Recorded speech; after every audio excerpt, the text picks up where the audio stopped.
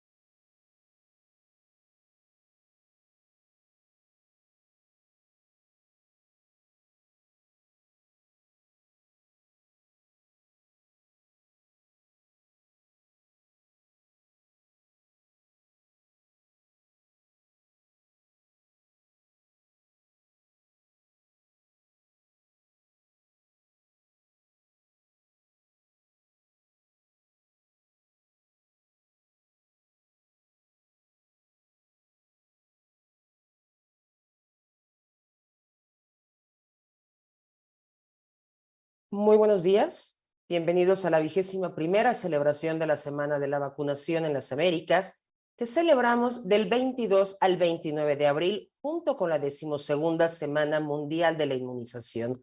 Yo soy Kimberly Armengol y tendré el gusto de acompañarlos durante la próxima hora. Antes de empezar, quisiéramos destacar algunos puntos.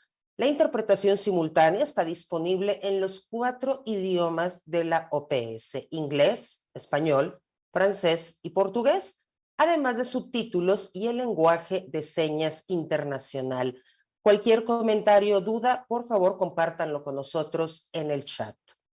El lema de esta campaña es una llamada a la acción para personas de todas las edades. Ponte al día, cada vacuna cuenta. Este eslogan representa una oportunidad para reforzar los mensajes sobre la seguridad de las vacunas, también demostrar la importancia de recibir todas las dosis de cada vacuna del programa de inmunización y así narrar las historias de éxito de este programa. Hoy estamos aquí para lanzar la campaña de este año, con la esperanza de llegar a más de 92.5 millones de personas con unas 144 millones de dosis de vacunas en toda nuestra región. Además, vamos a organizar una mesa redonda entre el director de la OPS, el doctor Jarbas Barbosa, y un panel de distinguidos invitados de gobiernos, asociaciones profesionales, socios técnicos, sociedades civiles y del mundo académico para discutir cómo nuestra región puede recuperarse y fortalecer su programa de inmunización después de los desafíos enfrentados por la pandemia. Junto con el director de la OPS, damos la bienvenida a la señora Heather Dehan, directora del Centro de Preparación para la Inmunización de la Agencia Preparedness Center Immunization of the Public Health Agency of Canada. Ms. Dehan is an epidemiologist nurse, works in preparedness and response to pandemics and vaccine-preventable diseases, and has been doing that for over 25 years. Recently worked for UNICEF in cooperation with PAHO in the supply and procurement of vaccines before going back to Canada to assist with the launch of the vaccine against COVID-19. We also have Mr. Marcelo Haik, Trusted Water International, Dr. Marcela Fama Pereira, Vice President of the Pediatrics Association of Latin America, Dr. Peter Figueroa, Professor in Public Health, Epidemiology, and HIV/AIDS at the University of West Indies, and also chairperson of the Technical Advisory Group of PAHO on vaccine preventable diseases. We also have with us Mr. Elias Sednicki, Secretary General, Regional Secretary General of Religions for Peace in Latin America and the Caribbean, Dr. Mauricio González Arias, internist and emergency physician and creator of a content on medical issues. We also have with us Mr. Huiman Hassan, WHO champion for teenagers and young ambassador before the UN. We would also wish to stress that this would not be possible without the unwavering support of our partners, our allies, who've supported the America's Vaccination Week since its inception. Next, we give the floor to Dr. Daniel Salas, Executive Manager of the Comprehensive Program on Immunization in PAHO, to give us a brief overview of the current situation with the expanded program of immunization in the Americas. Dr. Salas, please proceed. Thank you very much, Kimberly, and special greetings to the Director of PAHO, our Director, Dr. Jarbas Barbosa, and all our special guests. Let us now proceed to the presentation. And let us go through the situation with the immunization program in the Americas, status of immunization. And these two charts, what they're showing is how effective interventions are in routine immunization programs in the countries. And this is in our region, and you can see how measles or rubella that were extremely prevalent. They were very common, and you can see that in 1980, for example, over 250,000 measles cases, confirmed cases of measles, were reported in our region. In 2021, it was only 202, and this is only achieved by holding vaccination programs, routine programs that will reach all persons in the different corners in our countries. And the same thing could be done for neonatal tetanus, polio, congenital rubella syndrome, how effective vaccines are. However, this is highly concerning. We have a decade of a drop in vaccination coverage. This graph shows the fuchsia line, a lilac line, where you see in a circle 80% for 2021. And that is our region, the region of the Americas. Regrettably, after having ranked amongst the first places at a global level in vaccination coverage, we are currently ranked as next to the next. And this report that comes from WENIC shows that more than 2.7 million children younger than 1 year in the Americas, that is to say 19.7%, did not receive all their vaccine doses. These children are not well vaccinated or not vaccinated at all, and they're prone to get diseases that can be very serious, very severe, and usually very serious, such as tetanus, pertussis, and diphtheria. And you can see that for 2022, 2.21, 2.7. And then we continue to see the percentage. We say that almost 8 million children under the age of 1 were not adequately vaccinated in the last 3 years in the Americas. What this shows is that we're talking about diphtheria, tetanus, pertussis, doses number 1 in children. And what we see here is that children that were not tapped by the system, that did not even receive a single dose in the Americas in DTP1, represent 14% of the eligible population. And the countries that have a larger cohort will be represented with a larger percentage. And you see the case of Mexico and Brazil on the slide that can concentrate over 50% of the children that never received a single dose of vaccine. This is concerning because you see 1.7 million children that have been on the rise over time. Previously, the percentage of children with even with a single dose was lower, but it has been on the rise in the last 3 years. So what happens when we don't reach the best coverage rates and we start saying that they're dropping? Well, we see the reemergence of previously controlled or completely vaccine-preventable diseases. In the case of measles, that after the Americas was declared in 2016 as measles-free, During 2017 to 2022, we observed the constant increase in the number of cases. Brazil and Venezuela were the countries most affected. And this happens essentially because of imports from other WHO regions, because measles has not been fully eradicated. Now, regarding polio, you can see that in August 1991, a child in Peru was the last person in the Americas to suffer polio, wild polio virus. But you see what happened in a short period of time, July 2022 to March of 2023, we've had findings that are quite concerning, precisely because of the low coverage that we have in immunization and because of weakened immunization systems. We had a case of polio in the state of New York that was in July 2022 in one person, unvaccinated person.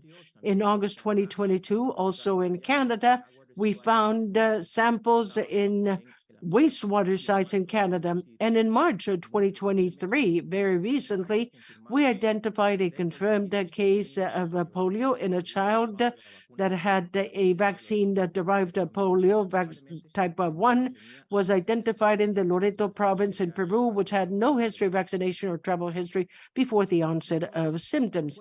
And so what is the risk assessment of vaccine-preventable diseases in the Americas? Well, definitely we need, in order to interrupt the transmission, in order to avoid the retransmission of these diseases, we recommend to raise the vaccination coverage. Let us remember that in the Americas, we want a 95% or more of vaccination coverage for the different VPDs. And we also need to step up the ability to detect suspected cases of vaccine-preventable diseases. If we don't follow this acute system with the doctors, with the health staff, ready to detect any case that might give us the suspicion that we might be faced with a case of polio or measles or whooping cough, then we might have much more serious outbreaks, and then this could lead to other things. So you can see the risk of outbreaks of VPDs in the Americas are at their highest point in the last 30 years, quite regrettable. And then what are then the main challenges in immunization, in routine immunization? And one of the most important things is that it is necessary to have a political commitment at the highest level, because if we do have the political commitment, then we will have the funds available, the necessary funding.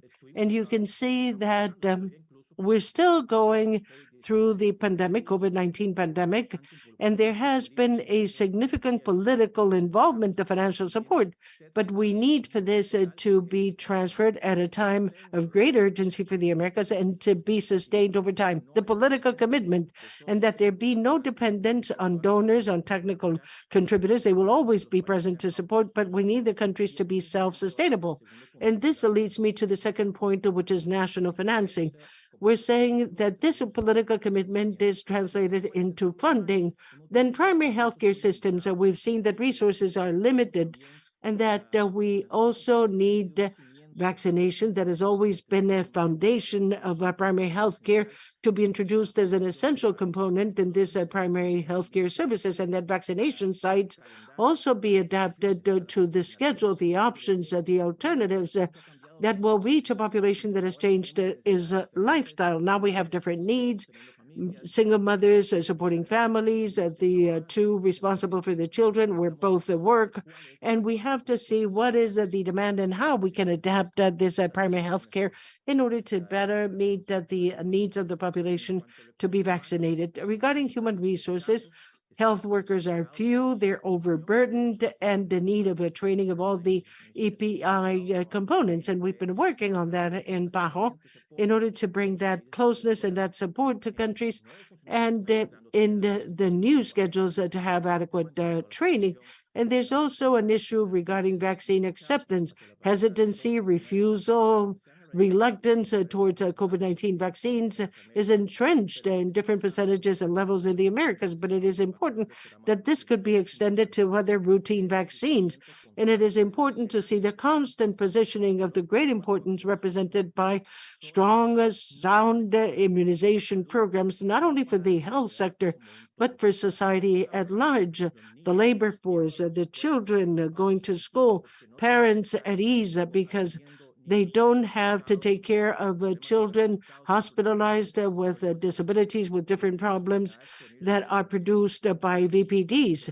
That is important to be considered because the benefits of vaccination, the major robust programs have an impact on the health sector and they permeate the whole development of society. So these are then, in a nutshell, in a couple of slides, what is happening with immunization programs and why we all have to follow this closely in the different corners. We were free of this in the world, and once again, we have to achieve it with the commitment and the support by all. Thank you. Gracias al doctor Salas por una Thank you very presentación. much, Dr. Salas, for such an informative presentation about immunizations, but also the challenges faced by the Americas. Let us now show you a recorded message from Panama's First Lady, Mrs. Yasmín Colón de Cortés. The U.S. writer from the Times magazine, Jeffrey Kluger, gave a truth. We have repeated this non-stop during the pandemic. Vaccines save lives. But that sentence is completed by the author, and that is that the fear of vaccines endanger them. Greetings from Panama. Vaccines have been in existence for centuries, have saved millions of lives. There is no doubt they are one of the greatest success stories in medicine. We all know that they are a safe, effective measure to protect people against serious disease. Thanks to them, mortal diseases such as smallpox have been eliminated, and others such as polio, diphtheria, and measles have been controlled. One could say that vaccines are also a way to express solidarity. Not only do they protect the person vaccinated, but they also help to safeguard the most vulnerable people in communities, such as babies and people with weakened immunological systems. Given the aforementioned, I am addressing you so that together we support the 21st Vaccination Week in the Americas and the 12th World Immunization Week, inviting everyone to protect themselves and their loved ones with the sentence, get up to date, each vaccine counts. To date in our country, over 4,790,849 vaccine doses have been administered, and globally, almost 1.1 billion individuals of all ages have been vaccinated. These figures translate into health and well-being for communities. Panama, a benchmark in the region, given its high levels of vaccination, will continue working to ensure an equitable distribution of vaccines, especially to the least favored population. Before concluding, let me recognize the fantastic work carried out by health professionals who, on a day-to-day basis, make a tremendous effort to ensure vaccination as an essential service. And furthermore, they were the heroes during the COVID-19 pandemic. To all neighboring countries in the Americas, I call upon you so that together we protect our region. Don't forget, get up to date, each vaccine counts. Gracias a la señora Yasmín Colón de Thank Cortés. you, Mrs. Yasmín Colón de Cortés, Panama's First Lady, for such a clear message supporting immunizations and vaccines. Let me now invite you to hear the message from the Brazilian Minister of Health, Dr. Nícia Trinidad de Lima. At this 21st Vaccination Week in the Americas and 12th World Immunization Week, Brazil expresses its conviction that vaccine is life and vaccines are for everyone. Brazil is internationally recognized for its history of eliminating diseases through vaccination. To regain high vaccination coverage and the population's confidence in vaccines, we launched the national movement of vaccination because of low vaccination coverage. Some diseases that we reached more than 90% vaccine coverage, such as polio, measles, which are major threats today to the health of the Americas, were possible even in 2015. And today, we cannot even reach 60% of vaccine coverage. Our country is not isolated in the Americas region. We see the same worrying statistics all over the world. As recently shown by UNICEF in a report on the state of the world's children, focused more specifically on the situation of immunization, clearly demonstrates that millions of children in the world are unprotected, and we need to protect all children, young people, and the population as a whole, all age groups, according to our country's vaccination schedules. Reinstating Brazil as a benchmark in immunization is a priority for the Ministry of Health, but we are also joining efforts for this agenda in the Americas regions and around the world. As long as a country is not protected, no country will be safe and protected from vaccine-preventable diseases. And therefore, we need to mobilize all governments and also civil society, public institutions, the private sector. And right now, with so much misinformation, we need to make the population aware of the importance, effectiveness, and safety of vaccines. We are together defending life as both vaccines and safe drinking water are great achievements of humanity for increasing life expectancy and better health conditions for all.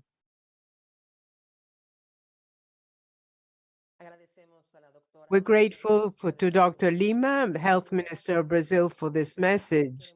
And lastly, we'd like to show you a video message from the Barbados Minister of Health and Well-being, Dr. Jerome Colt.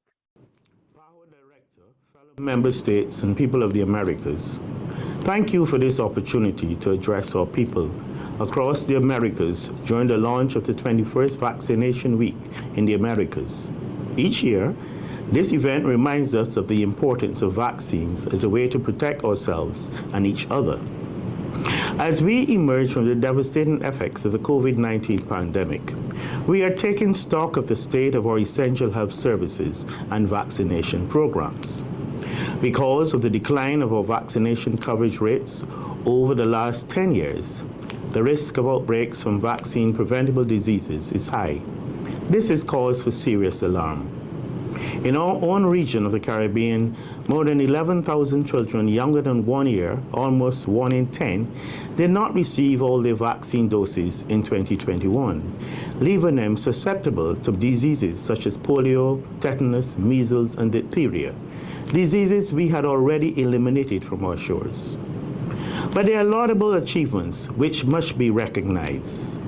In the non-Latin Caribbean, more than 3 million people have been fully vaccinated against COVID-19 over the last 2 years. In my own country of Barbados, more than 55% of the population has received at least 2 doses of vaccine. When we come together, even during difficult times, we can achieve great things. My administration is committed to investments in all components of the National Immunization Program. By so doing, we will ensure that persons of all ages have access to this essential service. Persons at high risk of severe disease, such as older adults or pregnant women, will remain among our highest priority groups for vaccinations. We will continue to provide vaccines to all vulnerable persons residing in Barbados. In addition, we are doing much to address vaccine hesitancy, especially among our health workers. Along with our fellow CARICOM members, we continue to collaborate with the Caribbean Public Health Agency, CARPHA, and PAHO, regional nursing, medical and allied health professional bodies and institutions to develop and implement training and educational campaigns for all our health workers. As they dedicated their lives to providing indefatigable support during the worst days of the pandemic, we will continue to collaborate with them to address their questions and design vaccination services that fit their needs. In conclusion, let us remind ourselves that our national immunization programs are our first line of defense against outbreaks. The road to recovery is long, but each one of us must play our part to protect ourselves and our loved ones. And the way to do this is by getting all our shots during the vaccination week in the Americas. Get up to date. Each vaccine counts. I thank you. Muchísimas gracias al ministro de Salud. We thank the Minister of Health and Well-being of Barbados, Dr. Walcott. We are now going to begin a roundtable discussion. We're grateful to Dr. Jarbas Barbosa, PAHO Director, to begin. We're answering the first question. Our region is emerging from the COVID-19 pandemic and is at high risk of new outbreaks. What is PAHO doing to reverse the situation? Thank you for that question, Kimberly. Good morning to everyone with us this morning. I'd like to express my gratitude for the words of the First Lady of Panama, of the Minister of Health of Panama, and the Minister of Health of Barbados, as well as all the other panelists with us today.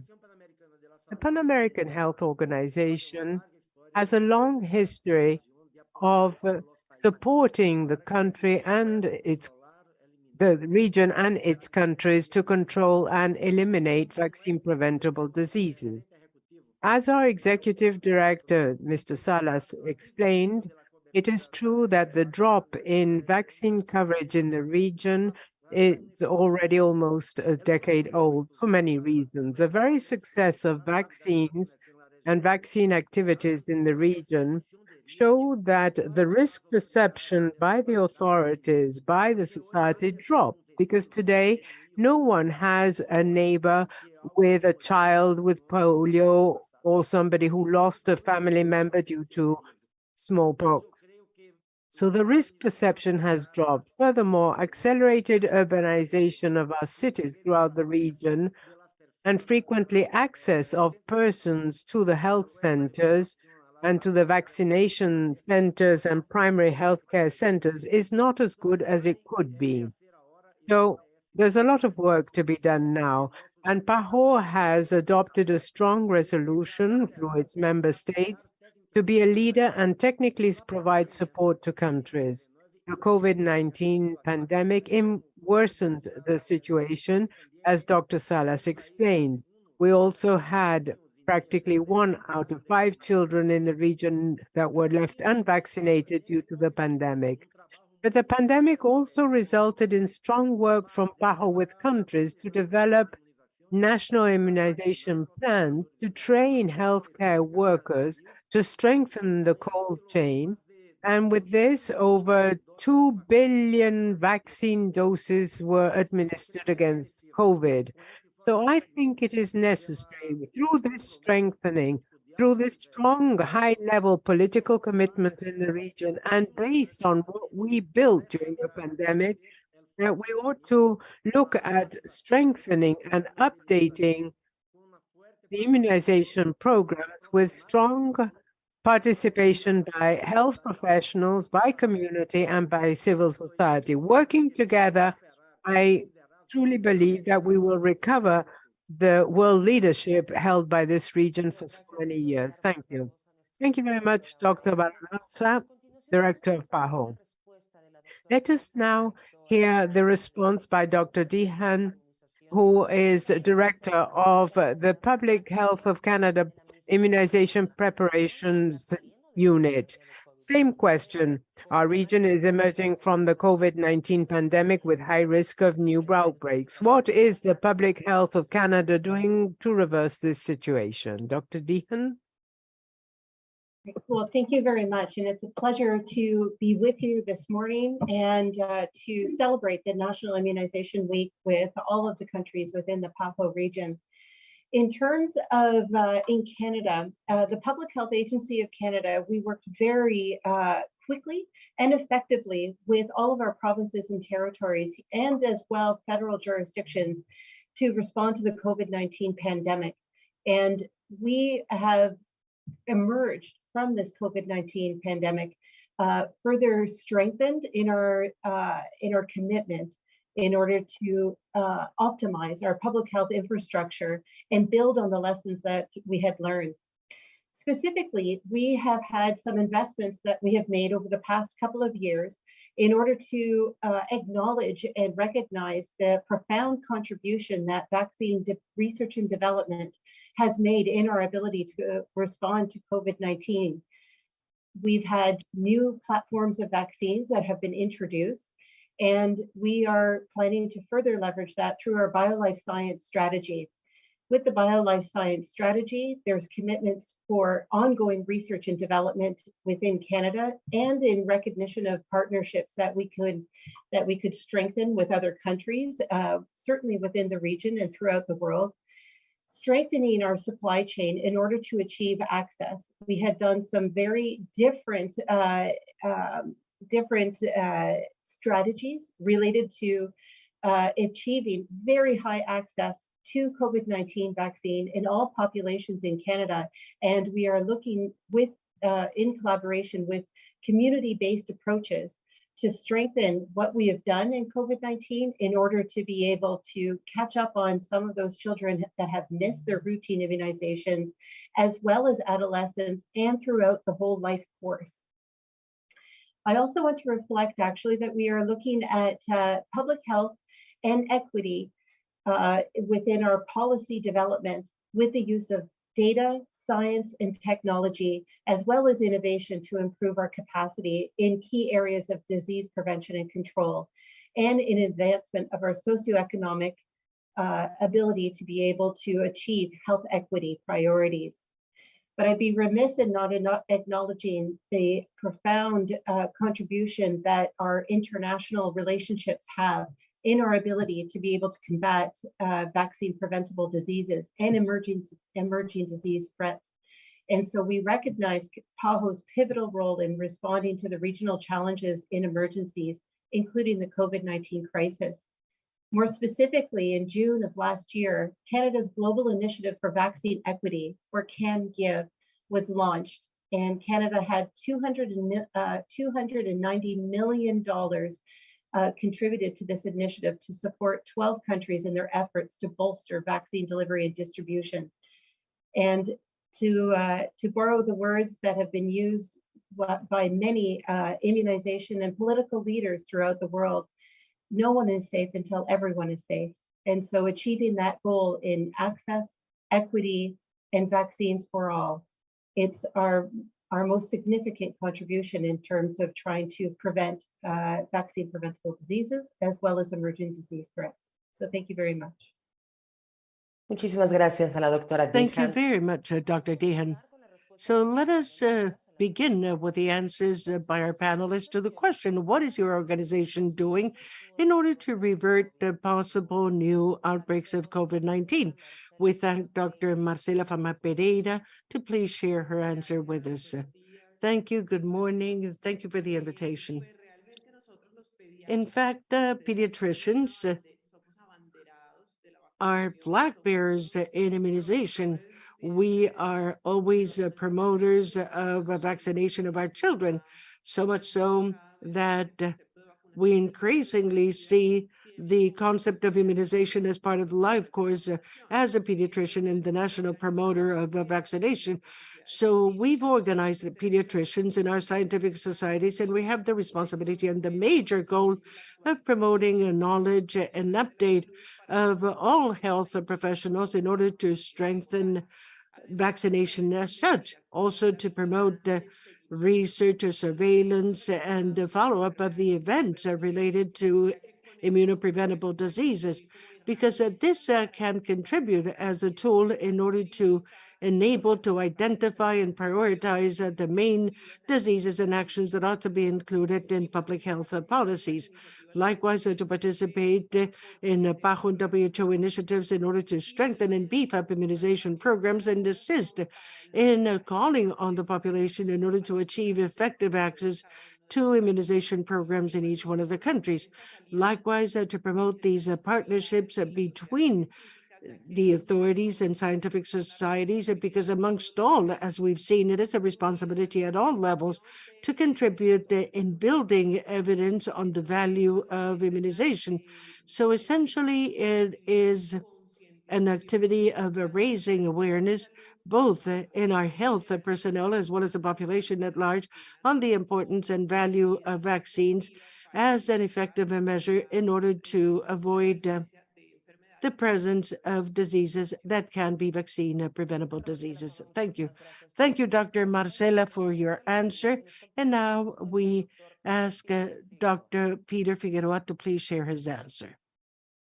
Yeah, good morning to everyone, and thank you for the question.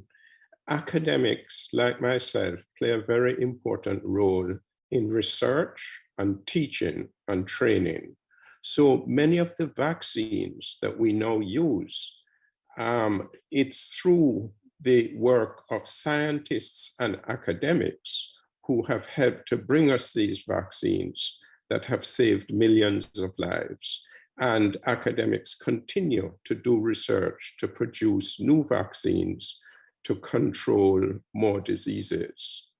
Academics play an important role in training our health providers and others to ensure that they are well trained and can care for our children and others who are ill, and also to ensure that the vaccines are safe and given safely.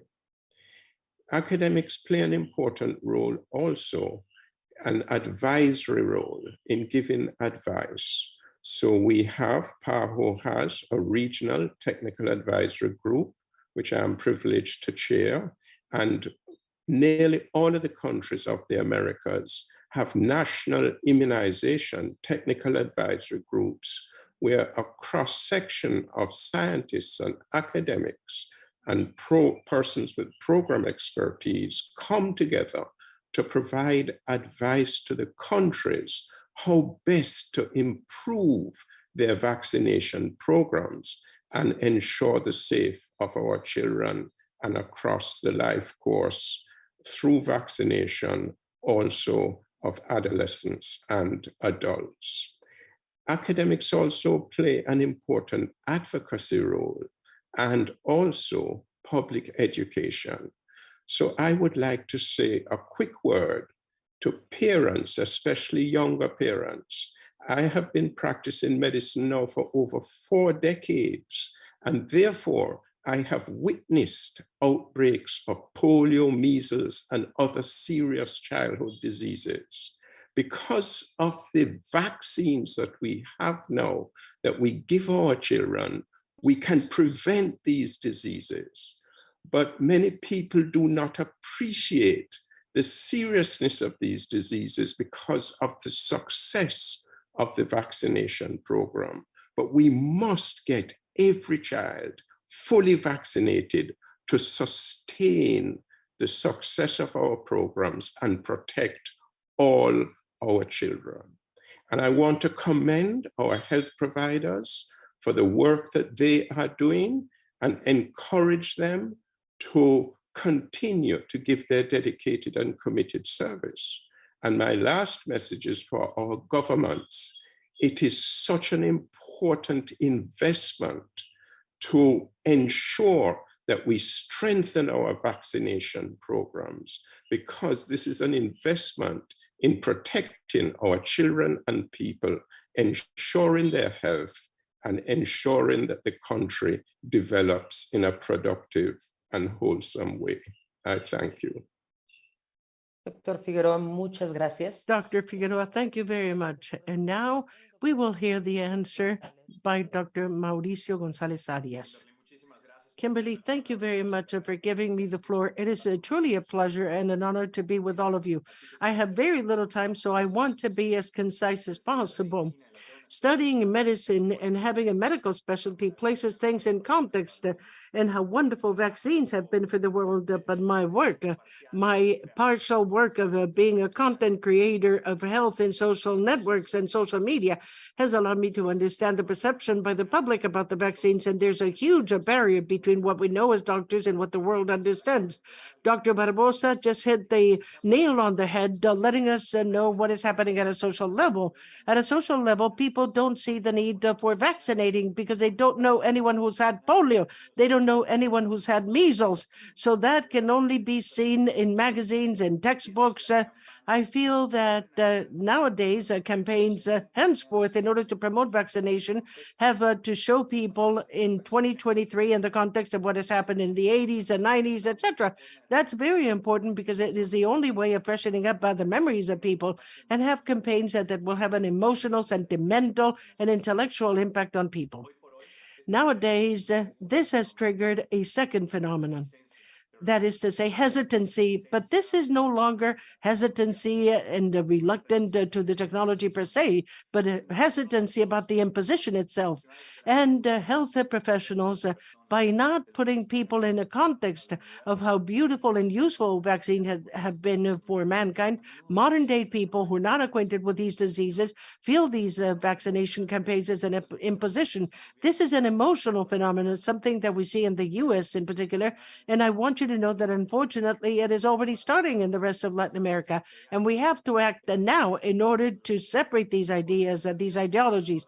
My best recommendation as a content creator is that campaigns that must have a sentimental and emotional impact that can show that vaccines have saved mankind with videos, concrete cases that have truly free us. And secondly, to understand that people see vaccination. Some people see this as an imposition. So let us cover the vaccination message with campaigns, holistic campaigns, and maybe to talk about eating healthy, exercise, being fit, and include vaccination as part of it, so that people will understand that we're talking about everything at the same time. That is my best recommendation. This is what we can do as human beings. And what Dr. Marcela was saying is completely true. Pediatricians are angels. They've been the only ones that for decades have promoted vaccination. And thanks to COVID-19, internists and others have had to be trained in this process to make people understand how they work. I feel that it is work that we do from academia, the government sector, and to understand the psychological processes in the population to create campaigns that do work. The famous "get vaccinated" is no longer enough. We need to explain the context. We need to change the modes. Dr. Mauricio González Arias, thank you very much for your contribution. And we will now call on Dr. Jarbas Barbosa, Director of PAHO. Please answer, what can PAHO contribute to the fight against vaccine preventable diseases? Thank you. Thank you, Maribel. Well, the Pan American Health Organization has throughout the region a very important presence in each one of the countries, besides being present at headquarters in Washington, providing technical cooperation to countries. And I believe that we have to look for the following. First of all, to strengthen that political commitment with immunization programs that must be translated into more resources, more information, more training, more communication campaigns, and commitment, social commitment with immunization. But that also needs to provide a technical cooperation in order to update the communication messages. I loved the words of the panelist. Famílias, por ejemplo, que querem saber. We now have families that want to know why they need to vaccinate their children. como é el proceso para There are garantizar families that want to know what the process is like in order to ensure the safety of vaccines. If we don't include in the training of nurses, physicians, and pediatricians that information, when the family asks, what do we do to make sure that the vaccine is safe? And if the health professional does not have the right answer, that family might hesitate in vaccinating their children. So I believe that the way of communicating has to change. We have to change the way in which we have health professionals participating. They're key because surveys and polls amongst the population in most of the countries, health professionals are seen as the main source of information for decision-making of a family. So the way in which we communicate has to change, but we must also change the tools that we already have, which are not used in immunization programs. We need to identify what these neighborhoods where families do not get vaccinated are in order to see what happens there, because many times the health center there in these neighborhoods only offers vaccines for Monday to Friday, and both heads of a household, father and mother, work every day, and they don't have the possibility of missing their work. They cannot bring their children during the week if they don't have the possibility of getting their children vaccinating during the week, and that is a barrier. If the health unit is quite remote, far away from where these people live, that is another barrier. So we have to identify what these hurdles, what these barriers are for each neighborhood, for each social group, in order to send messages and specific strategies in order to strengthen this. PAHO is working with countries in order to support everyone to bring about this modernization process to update immunization programs, so that once again in the region, we can have this, which is the main tool at our disposal in public health, with full force in order to protect the life and the health of the people in our region. Dr. Barbosa, thank you very much for your answer. Doctora Dijan, que nos Dr. comparta Dehan, could you please share with us your answer as to what the Canada Public Health Agency can do to fight vaccine preventable diseases? Well, country governments such as Canada actually have a huge responsibility in working with their various partners at the local, regional, provincial, or state level in order to be able to strengthen monitoring and detection of disease so that you're able to respond. And as was earlier reflected, we have a wastewater surveillance system that we had leveraged actually for COVID-19, and then we continue to use this. And so this is one of those key responsibilities of countries, is that as they recognize areas where there could be innovation, doing something new, and being able, and when there is the opportunity to leverage and optimize, this is where the responsibility of government is to continue the fight against vaccine preventable diseases. Further, we are enhancing our public health risk communications.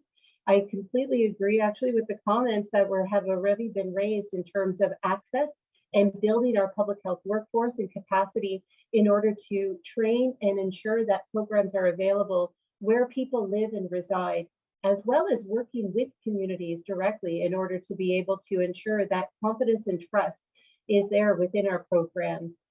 And most importantly, actually, we are quite committed here in Canada to ensure that we have evidence-informed public health guidance. And this is a key mechanism for us here in this country in order to ensure that we have the confidence in our programs as the science evolves, our advice evolves, and our communication to the public is there, and our commitment is there in order to earn and gain that trust within communities in the public health programs that we deliver. Muchísimas gracias a la doctora Dijan. Thank you very much, Dr. Dehan. We would also like to hear from our panelists, what can your organization contribute in fighting the vaccine preventable diseases? Let me offer the floor to Mr. Marcelo Haik first. Good morning to everyone. Let me begin by thanking the invitation to participate at this panel. I'd like to thank the Director of the Pan American Health Organization, Dr. Jarbas Barbosa, and other panelists. I am Marcelo Haik. I'm founder of the Rotary International, and I lead the advocacy effort. Rotary International launched its activities for vaccines through the polio effort in 1985. Elimination of polio is our institutional important factor and for the population. Through the influence of our volunteers, Rotary International, and through its capillarity and with the desire to help throughout many of the agencies in the Americas, we are concerned with the hesitancy about vaccination and the urgency to maintain routine coverage of vaccines up to date. Brazilian Rotarians have initiated initiatives together with the Ministry of Health, and we began working in this in 2013, working with the support of the Pan American Health Organization, UNICEF, and other local partners. Detection of a suspect case of polio in 2018 in close to the border with Venezuela was a signal to all of and based on statistics, we have seen many communities where the coverage is well below acceptable levels. In Brazil, we have carried out a local advocacy program through the Rotary.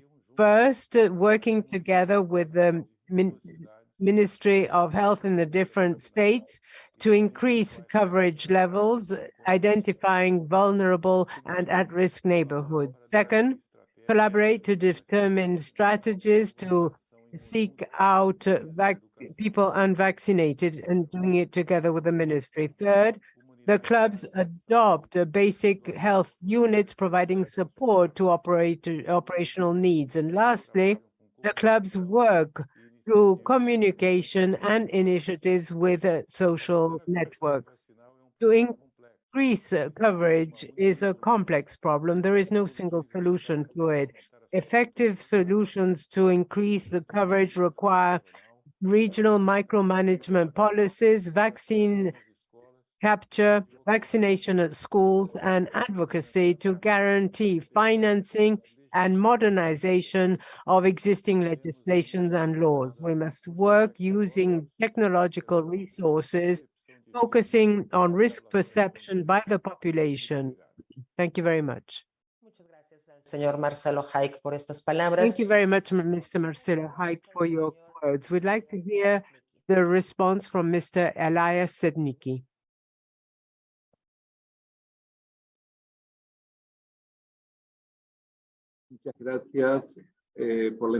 Thank you very much for the invitation. Thank you also very much to Dr. Barbosa, Director of PAHO. I'm Elias Sednicki. I'm the Regional Secretary for Religions for Peace in Latin America and Caribbean, the largest organization bringing together religious leaders of all faiths working in common actions for peace, and this obviously includes the shared well-being, and also this includes public health. COVID-19 pandemic, and in particular, vaccination against the virus, has shown important examples of religious cooperation that we believe can be replicated and highlighted. In many countries of the regions, many faith centers and have served as stations to contribute to immunization. There have been many examples where we have been able to see that people of different religions would go to faith centers of other religions in order to receive their vaccines. We realize that this very important experience can be replicated for other vaccines, in particular, those having to do with the schedule of vaccines for infants. And we believe that the religious centers can be supported, taking advantage of their potential in order to increase vaccine coverage. And also religious communities have had to assume leadership in many places in order to fight vaccine hesitancy and misinformation against vaccines. And frequently, we must also recognize that they have been linked to some religious fundamentalist beliefs. On the other hand, we should also take advantage, as mentioned before, of the trust earned by religious communities for a vast majority of population in the region. We live in a region that is recognized as being believers in the different religious areas, and we have to take advantage of the trust that many people feel towards their religion in order to move forward to achieve full vaccination coverage. Now, for this, we must also find novel manners to distribute vaccines, and in particular, how to take advantage of the capillarity of religious communities. These communities are found throughout the region, in the most remote areas of our countries, in the areas where frequently our governments lack infrastructure. But we also know that in many of these places, these remote areas, they don't have the necessary means for the conservation of vaccines. So we need to find innovative ways to take advantage of the religious communities that can be found in these remote areas. Frequently, they are even close to the populations that historically have been marginalized in the country, the indigenous populations, Afro-descendants. We need to find mechanisms to help them and let them play a more important role for immunization. Lastly, we believe it's important to have a permanent set-up working groups in countries with PAHO members, with religious leaders, health professionals, officers from the PAHO country offices, as well as the ministries of health of each country, so they can gather on a regular basis to identify opportunities to move forward in our shared objectives. Thank you very much. Thank you very much, Mr. Elias, for your answer. Let us now offer the floor to Mr. Ramnan Hassan. Good morning, and thank you so much for this opportunity to respond to this question.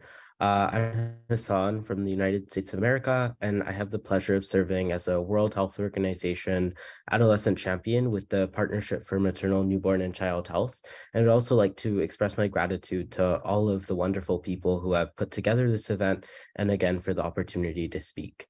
The COVID-19 pandemic has really fundamentally changed the way that we all interact with people and communicate with the world around us. With the absence of public social spaces, social media has become a new tool to facilitate communication between people all over and across the world.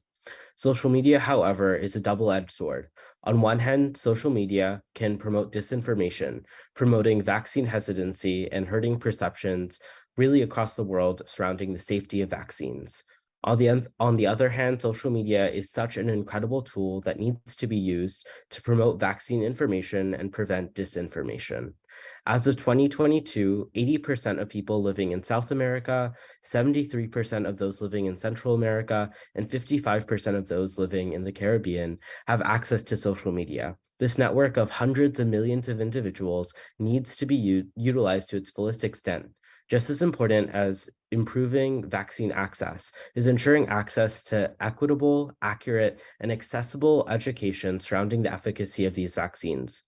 I would also like to take this time to highlight the incredible ability of youth across the world to advocate for vaccine access and ensure that there is comprehensive education that is able to educate everyone, whether they are 10 years old or 100 years old. We need to use these existing youth networks and use the power of young people that now number into the billions across the world to ensure that all people are able to be vaccinated. Thank you.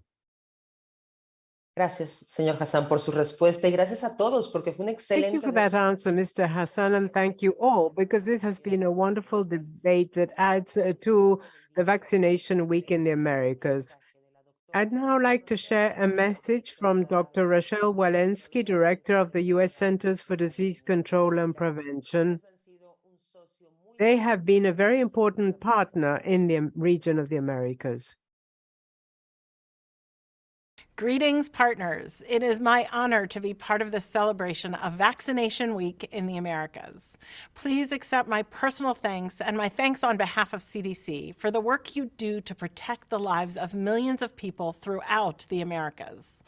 Efficient, effective, and equitable immunization programs are our first line of defense against outbreaks, and today we have much to celebrate.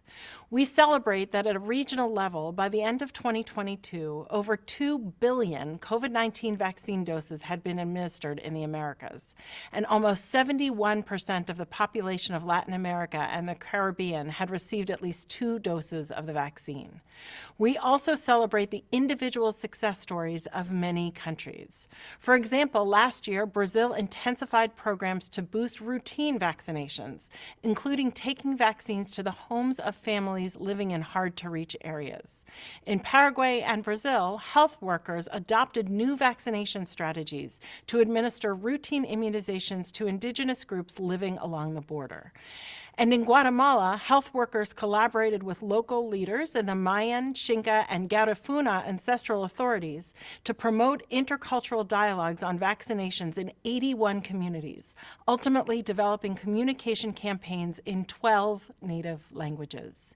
Even with these successes and so many more, vaccination services in the Americas, as in other regions of the world, are facing an impending crisis. During the pandemic, the world lost 30 years of progress toward our shared goal of protecting all people against vaccine-preventable diseases. For example, in 2021, more than 2.5 million children in the Americas under the age of 1 did not receive all the vaccines they were eligible for, putting 1 in 5 children in the region at risk of a vaccine-preventable disease. And when vaccine-preventable diseases, such as measles or polio, cross borders, under-vaccinated communities, and especially our children, are at risk. Addressing the alarming decline in immunizations will take action at every level. It will take action at the individual level, with everyone protecting themselves and their loved ones by getting vaccinated and vaccinating their children. It will take action at the primary care level, because strong vaccine recommendations from healthcare providers make a difference in vaccine uptake. It will take action at a national level, with every country doing what it can to make vaccines available to everyone. And it will take all of us partnering together to strengthen this collective effort. Thank you for your commitment to vaccination services and to building a healthier future for the world. Un mensaje muy importante de la doctora. Thank you for this important message by Dr. Walensky. Thank you for your support and for your participation. And one last video message from Chris Elias, President of the Global Development Division of the Bill and Melinda Gates Foundation and here of the Supervision Board of Polio. Greetings. Thank you, Dr. Barbosa, for inviting me to be part of the kickoff of Vaccination Week in the Americas. I'm sorry I can't be with you in Washington, D.C. today, but I'm honored at the opportunity to extend my gratitude to the PAHO region for their partnership with the Bill and Melinda Gates Foundation, and especially for highlighting the importance of immunization during this World Immunization Week. Countries in the PAHO region have long been global leaders in immunization. Since the region launched its expanded program on immunization in the 1970s, countries have introduced more than 16 vaccines into their national vaccination schedules. These life-saving vaccines have protected generations of children, giving families and entire communities the opportunity to lead healthy, and productive lives. In fact, in 1994, the Americas became the first region to eliminate wild poliovirus, a major feat that provided a blueprint for polio eradication efforts around the world. Yet we know that these hard-won gains in immunization coverage have been declining for the past decade, and the COVID-19 pandemic only exacerbated these trends. In the Americas, coverage of a single dose of the most basic childhood vaccine dropped to 87% in 2021, a 10% drop since 2015. But together we can get back on track.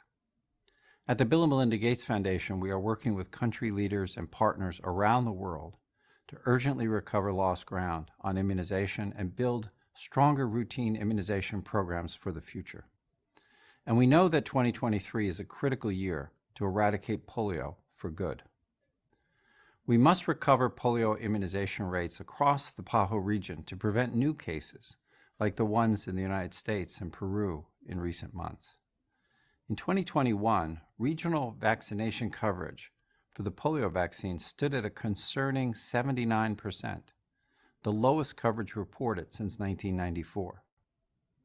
As we work to tackle polio and other vaccine-preventable diseases, we rely on new data, research, and insights to inform and adapt our approaches. Harnessing this information is critical if we are to move the needle and improve lives. For example, we are especially encouraged by the recent WHO guidance that one dose of the HPV vaccine provides comparable protection from cervical cancer compared to the previous multi-dose regimens. Switching to a one-dose regimen will make delivering HPV vaccines easier and cheaper, expanding access to life-saving protection against cervical cancer for women in low and middle-income countries, which is where the vast majority of cervical cancer deaths occur. As we work to scale up access to HPV vaccines around the world, we know we have a lot to learn from the PAHO region, which leads the world in HPV vaccine coverage, with 76% of girls in the Americas having received at least one dose of the vaccine. We're facing many challenges coming out of the pandemic. Reaching our collective goal to restore and strengthen immunization coverage will not be easy, but I am confident that by working together, we can achieve a world where no child has to live in fear of a preventable disease. Thank you. Muchas gracias. Antes de despedirnos, Thank you very much. Before we bid you farewell, we would ask Dr. Barbosa to please give us some final words. Thank you, Kimberly. First of all, I would like to thank each and every one of the participants for their very important messages. I would say that we have two tasks ahead of us, one immediate, short-term, which is to continue with the immunization week. With the vaccination week, our teams in each one of the countries in the region that have been working since Saturday with the teams and the ministries of health in order to vaccinate on the borders in the indigenous peoples, in the most isolated populations that have difficulty of access. And this week, we have to continue doing this in order to reach the over 90 million people that we want to reach. Secondly, it is a task to be done every single day to reiterate our strong commitment with vaccination, to maintain high-level advocacy, to continue with the supply of high-quality and accessible price of vaccines provided by the revolving fund of PAHO, and continue working in all countries in the region, so that they can strengthen and update their immunization programs in order to once again attain a coverage level that can prevent all children, all boys and girls in the region from vaccine-preventable diseases. Vaccines save lives. They are essential in order to lead a healthy life. Thank you very much. Thank you, Dr. Barbosa. So the path ahead of us, no doubt difficult, but our partnerships are sound and the objectives are clear. We would like to thank all those who followed us through Zoom or who follow the live stream. We thank you for your commitment with immunization programs throughout the region. Thank you very much. May you have a fruitful 21st vaccination week in the Americas. May you all be very welcome.